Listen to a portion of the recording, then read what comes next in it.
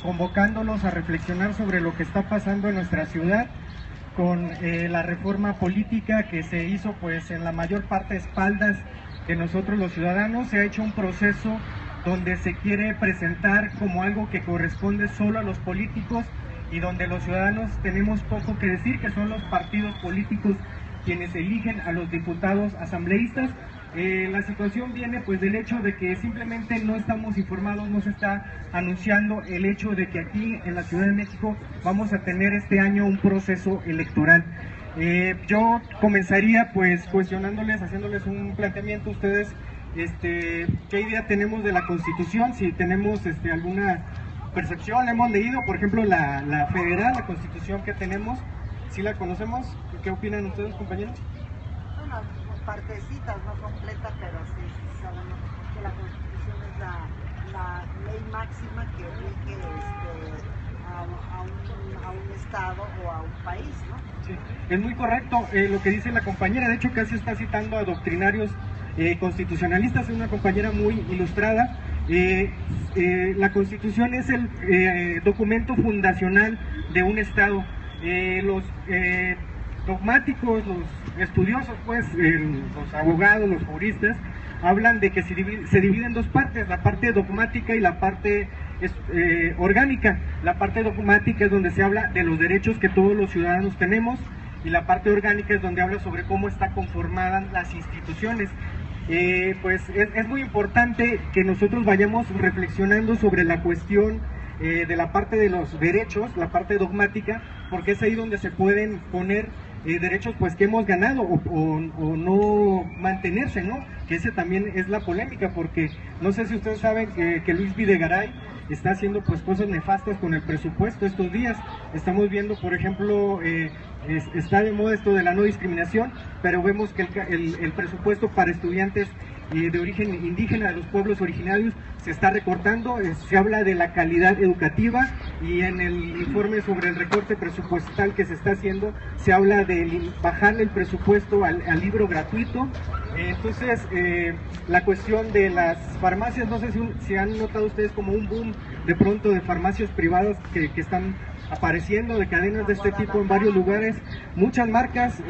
Pues Videgaray todos los días dice que no va a haber privatización de la salud, del IMSS, del ISSSTE, que es ya de los baluartes de las instituciones que tenemos, y sin embargo pues estamos viendo que Slim está desde hace rato haciendo inversiones, pues precisamente porque viene este proceso, ¿no? Y aquí en la Ciudad de México hemos ganado derechos al grado de que, por ejemplo, bueno, hay gente que hace esta trampa, ¿no?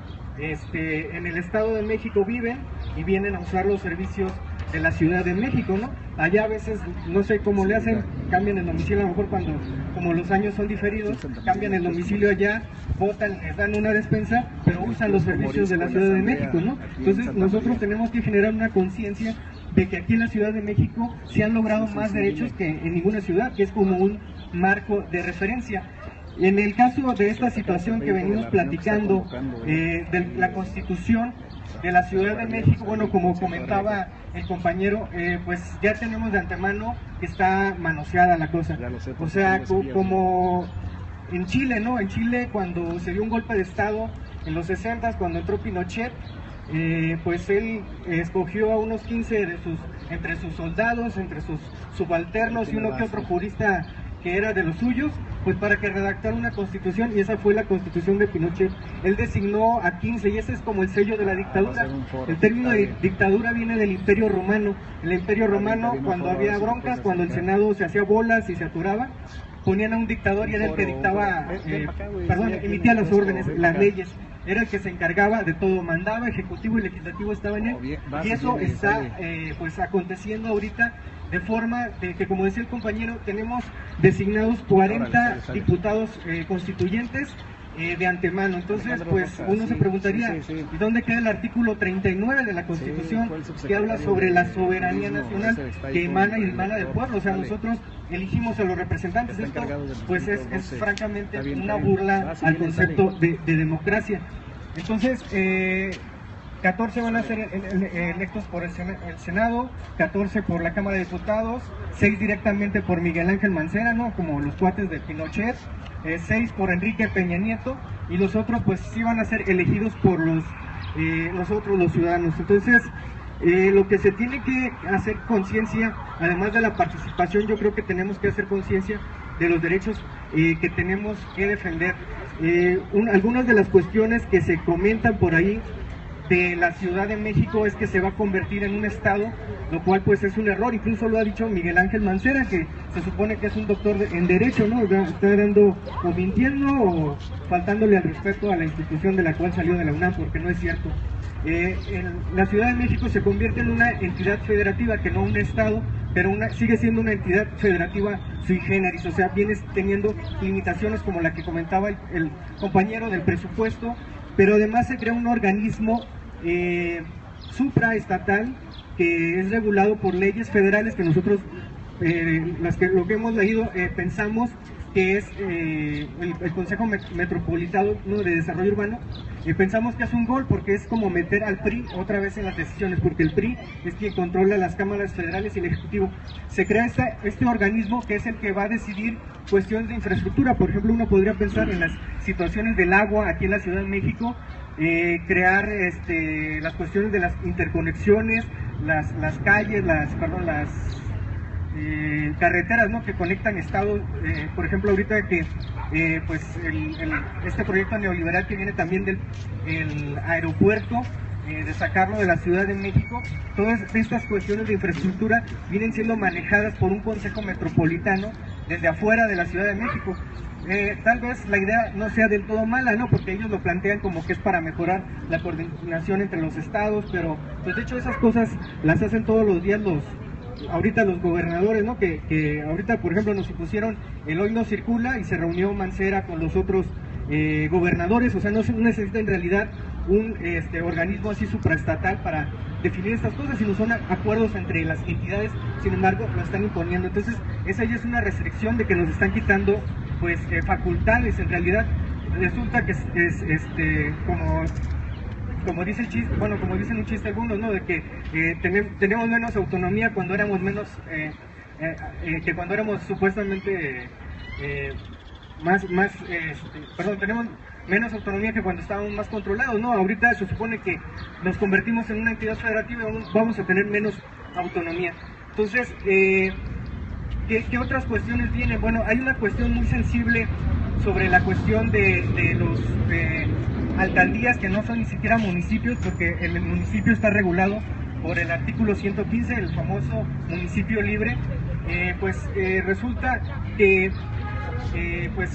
estas alcaldías tienen sus concejales, pero además pues van a tener cierta autonomía frente al gobierno central. Y el cuestionamiento, aparte de que los concejales pues son meter regidores, meter esta especie de regidores como hay en los estados, que son gente que le hace el cabildo al alcalde, ¿no?, a esta figura que sería como el presidente municipal, sería que regresa el PRI, o sea que los partidos minoritarios que no tienen ahorita casi ninguna representación en la Ciudad de México tendrían cargos y voz y voto dentro de las delegaciones, dentro de estas nuevas alcaldías. Y la parte más preocupante es que como la Constitución, hablábamos primero de la parte de los derechos y ahora hablamos de la parte orgánica, ¿no?, de la parte de las instituciones. Bueno, pues se genera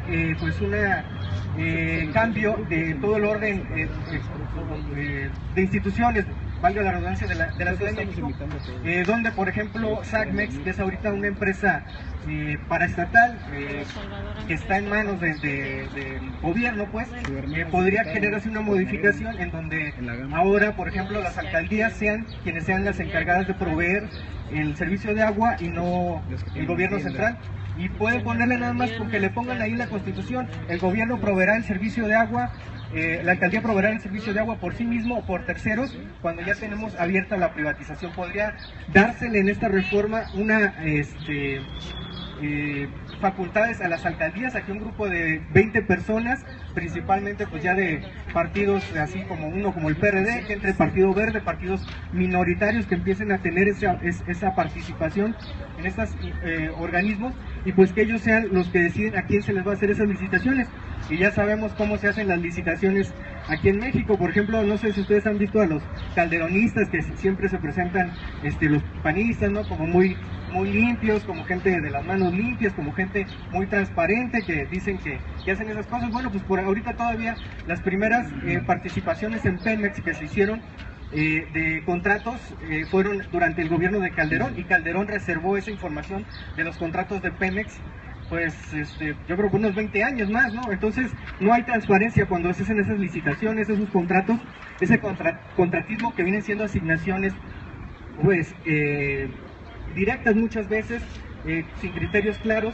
Y pues pongámonos a pensar en otros servicios, ¿no?, que nos proporcionan pues ahorita las delegaciones o el gobierno central, como vienen siendo pues el servicio de recolección de basura, del alumbrado, que pues como el caso de las fotomultas, la mitad de lo que pagamos se va al gobierno y la otra mitad se va a una empresa privada. Yo hacía mucho el chiste para que no se duerman tantito, no sé si se acuerdan de la película de Robocop.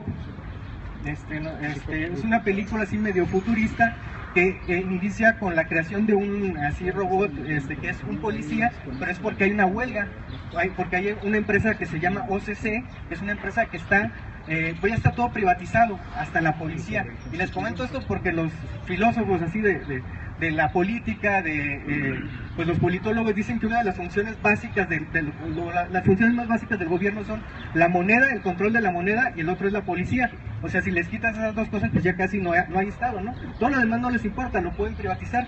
Pero en ese escenario hasta la policía nos ponía a privatizar, y la verdad, Mancera pues sí se siente Robocop. O sea, él quiere privatizarnos, pues hasta la policía, como les decía. Si uno lea los clásicos ahí, pues hasta dicen ellos, ¿no? La policía, la seguridad, el ejército, es de las funciones básicas. Y pues Miguel Ángel Mancera nos recuerda mucho la frase que decía Andrés Manuel, ¿no? Que parecía que no tenían corazón, ¿verdad? Como los hombres de hoja de lata, ¿no?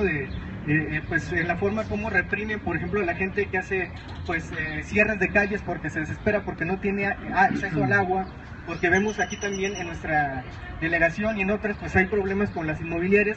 Estas situaciones pues Miguel Ángel Mancera toma la decisión de no negociar, de no platicar, de no sentarse a hablar con los vecinos y a reprimir.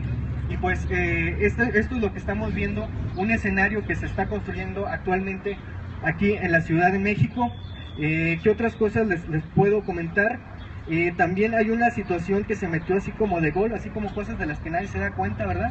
Pero que las meten muy inteligentemente, que es que los trabajadores del gobierno del Distrito Federal están regidos, o estaban regidos, perdón, del gobierno del Distrito Federal, vamos a usar el término correcto, por el artículo 123b, como los maestros estaban, ¿no? El artículo 123 es uno de los artículos más emblemáticos de la Revolución Mexicana, de la Constitución. De hecho, es lo que se dice, que es de los artículos que representan los avances, el horario de 8 horas para los trabajadores, pues la obligación que surge de la vivienda, de la seguridad social. Entonces, la reforma política, que es una reforma de la Constitución, implica que ahora ya no van a estar regidos por el 123b los trabajadores del GDF, sino ahora los trabajadores de esta marca, ¿no? La Ciudad de México, van a estar regidos por el 122. Va a regir. Hacemos el símil con los maestros porque pues las protestas que hacen los maestros, que nosotros, nuestra función como ciudadanos, pues como esta bocina, ¿no? A veces retransmitir lo que recibimos.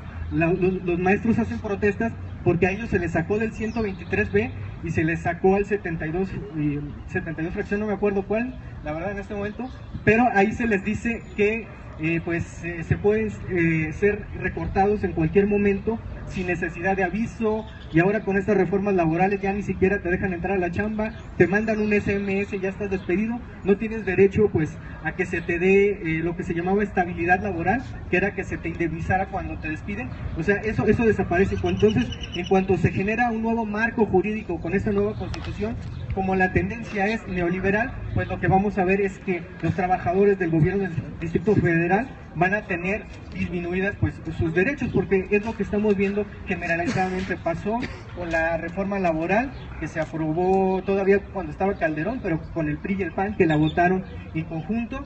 Y pues esas son las cosas que estamos viendo. Y pues yo lo que quiero llevarlos ahorita es a la reflexión de una cosa que a lo mejor han visto por ahí en algunas publicaciones, unas siglas que se llaman TPP, no sé si las han oído. Esto se llama el Acuerdo de Tratado Transpacífico, porque ahora pues ya saben, ¿no? Desde la época de Miguel de la Madrid nosotros somos hipercompetitivos.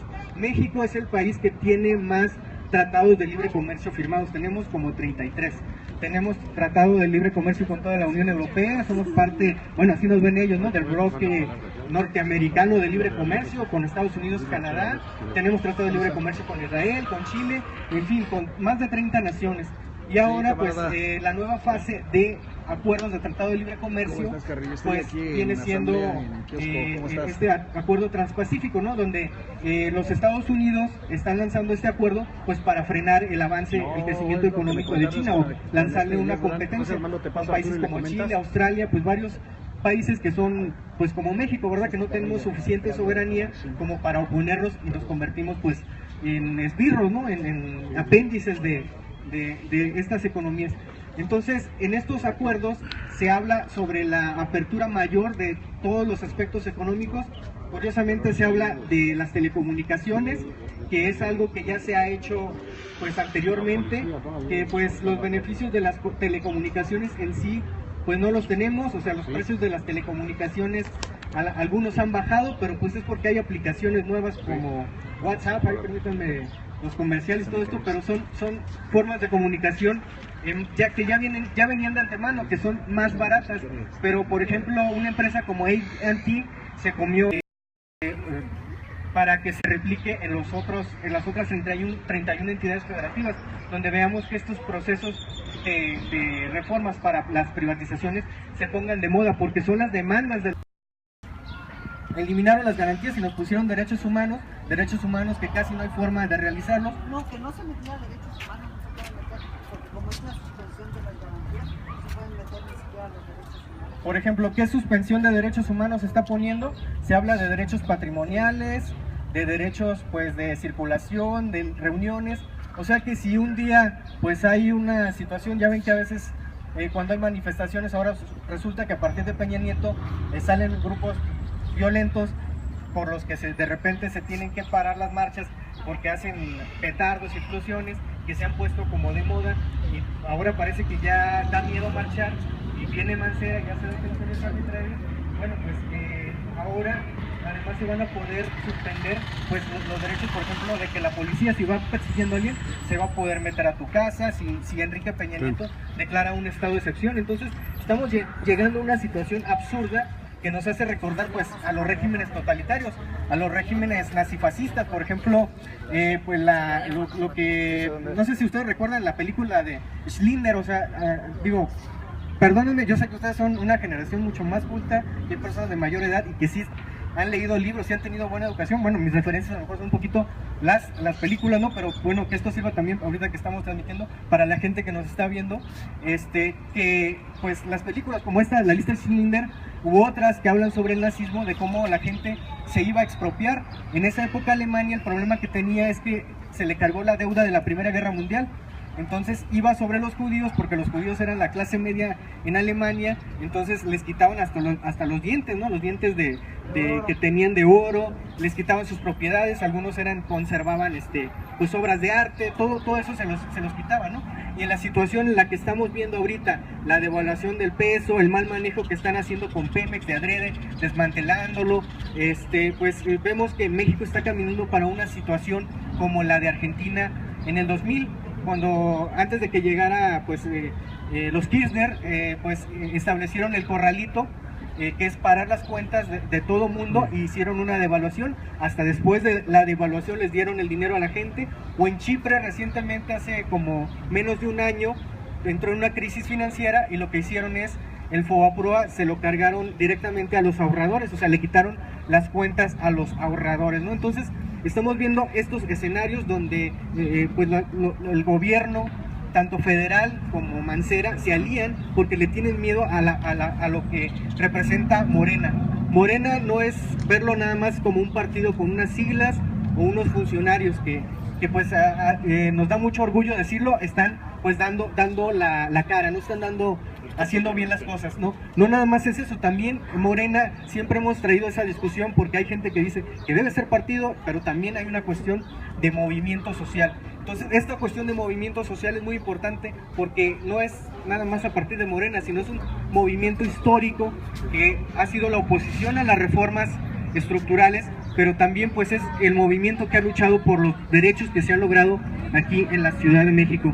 Entonces lo que tenemos que hacer es organizarnos, porque les digo, el truco que están haciendo ahorita pues los que impulsaron esta reforma pues es presentarla como una elección o una cosa que es nada más de los partidos políticos, los ciudadanos no tenemos ni voz ni voto, cuando no es cierto. Es muy importante, sobre todo es muy importante que nosotros seamos conscientes de los derechos que tenemos.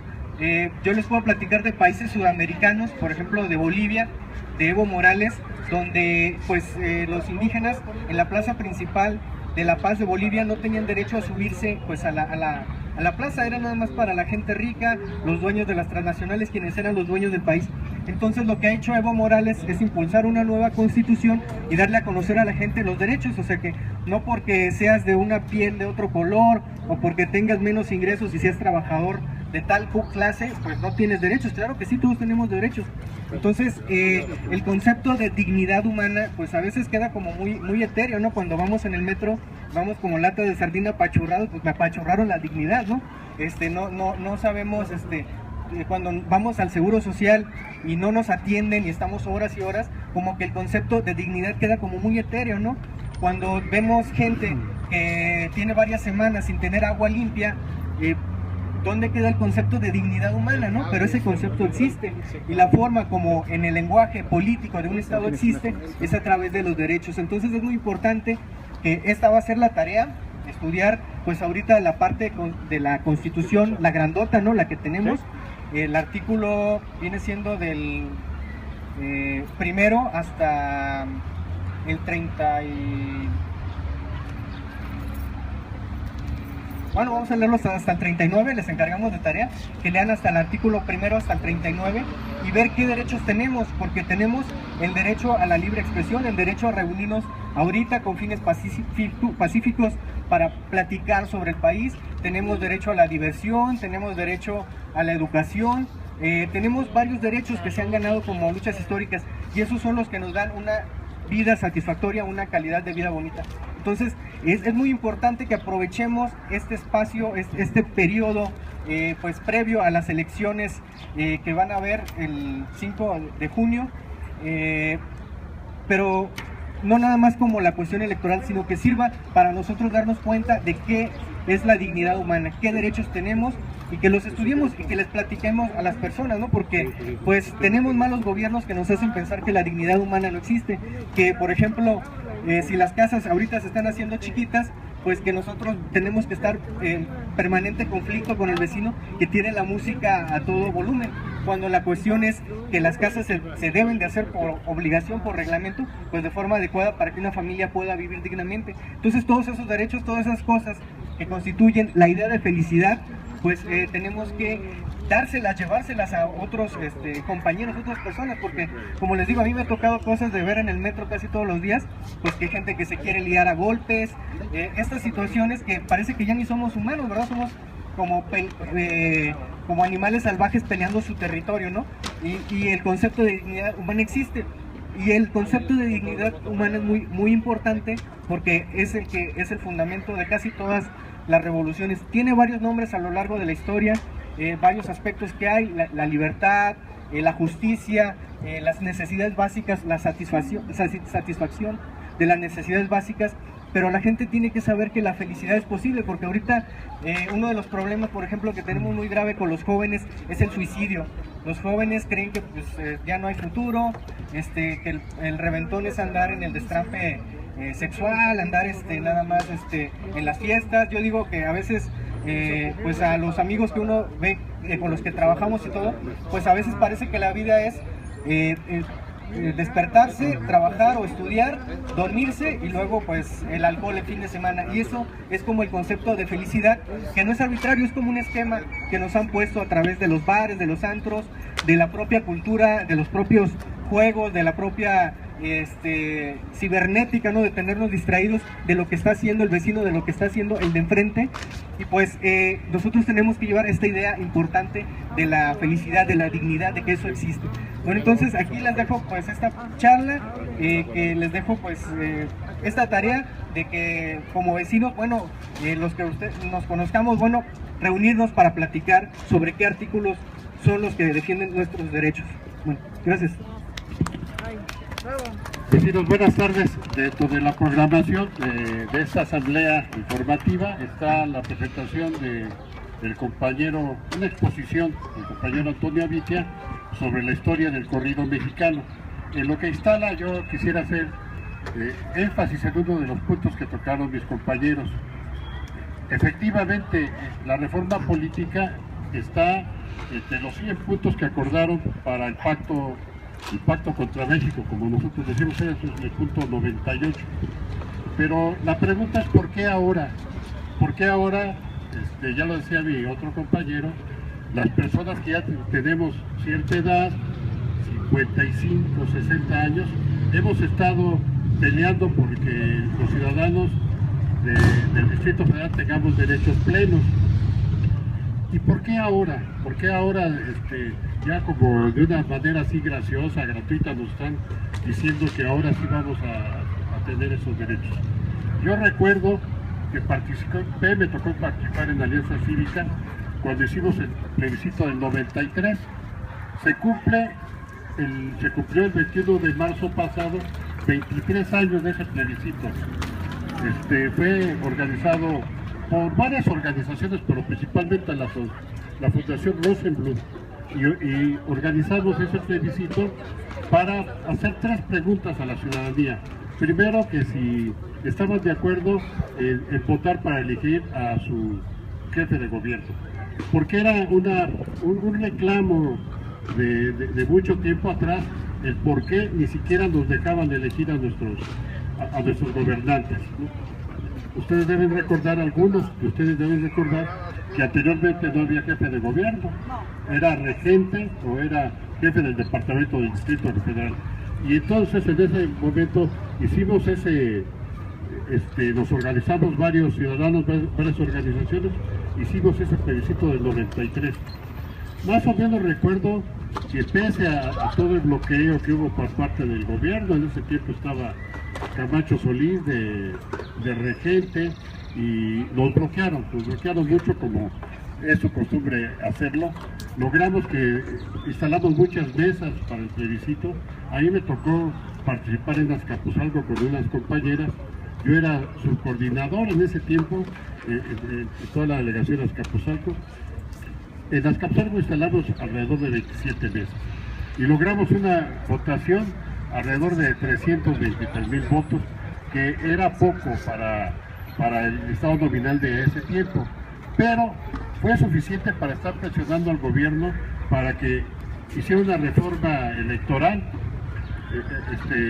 y permitiera que en 1997 por primera vez tuviéramos la posibilidad de elegir a nuestro jefe de gobierno. Y ustedes recordarán que el primer jefe de gobierno pues fue el ingeniero 18, y todos estarían en el triunfo de Morena el 5 de junio de 2015. Y por eso una reforma política. Vamos a citar a 40 constituyentes nosotros, 15 que los designe el Senado, 15 que los designe la... Cada mes para la elección de los constituyentes empieza el 18 de abril. Entonces nosotros ahorita es una asamblea meramente informativa. Ya a partir del 18 de abril diremos cuál es nuestra planilla, por qué hay que votar, cómo hay que organizarnos para la defensa del voto, para organizar. Ya muchos de ustedes nos han ayudado con su participación. Entonces, lo más probable es que regresemos a partir del próximo mes y quedaran con nuestro compañero Toño Amite. La verdad, a mí me tocó escuchar esta exposición ahí en la Alameda, lo hicimos hace como 2 semanas, y es